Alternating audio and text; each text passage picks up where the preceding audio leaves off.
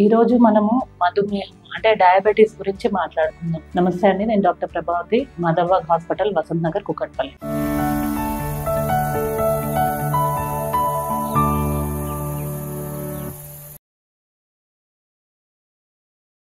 దీని గురించి ఎందుకు మాట్లాడుకోవాలంటే, ప్రపంచవ్యాప్తంగా ఉన్న మధుమేహ రోగుల్లో భారతదేశంలో మన హైదరాబాద్ లోనే ఎక్కువగా ఉన్నారు. సో భారతదేశం ప్రపంచానికి మధుమేహానికి రాజధానిగా, అలాగే హైదరాబాద్ అనేది మన భారతదేశానికి మధుమేహానికి రాజధానిగా ప్రస్తుతం పరిగణించబడుతుంది. దీనికి ప్రధానమైన కారణాలు ఏంటంటే, మన జీవన శైలి, అధికంగా ఆహారం తీసుకోవడము, అలాగే వ్యాయామం లేకపోవడము, దీంతో పాటు స్ట్రెస్ అనేది ఎక్కువ అవడం. ఈ 3 కారణాల వల్ల మనం ప్రస్తుత పరిస్థితుల్లో డయాబెటీస్ అనే దాన్ని ఎక్కువగా చూస్తున్నాము.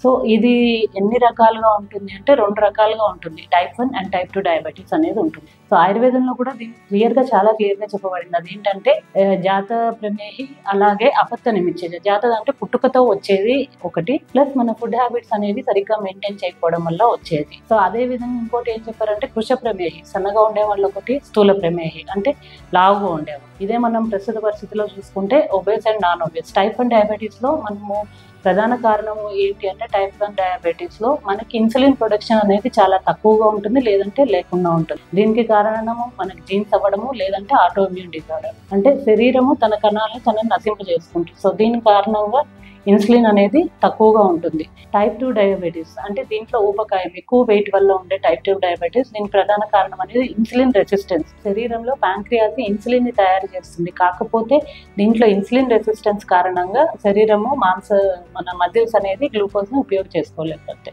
సో ఇది 2 రకాలు, టైప్ 1 టైప్ 2 డయాబెటీస్ అనేది 2 రకాలుగా ఉంటుంది. సో ఈ 2 రకాలుగా చికిత్స కూడా వేరే వేరే విధంగా ఉంటుంది. టైప్ 1 డయాబెటీస్ లో మనకి ఇన్సులిన్ సెక్రెషన్ అనేది ఉండదు, కాబట్టి ఖచ్చితంగా మనము ఇన్సులిన్ అనేది తీసుకోవాల్సి ఉంటుంది. అదేవిధంగా టైప్ 2 డయాబెటీస్కి వచ్చినప్పుడు మనకి ఇది ఆహారం విహారాల్లో మార్పు వల్ల వచ్చింది, కాబట్టి ఎప్పుడైతే మనం వీటిల్లో మార్పు చేసుకోగలుగుతామో అప్పుడు మనము మందులు అనేది అవసరం లేకుండా కూడా ప్రీ డయాబెటిక్ స్టేజ్లో గుర్తించగలిగితే మందులు అవసరం లేకుండా కూడా మనం టైప్ 2 దానిని రివర్స్ చేసుకోగలుగుతాం. Thank you.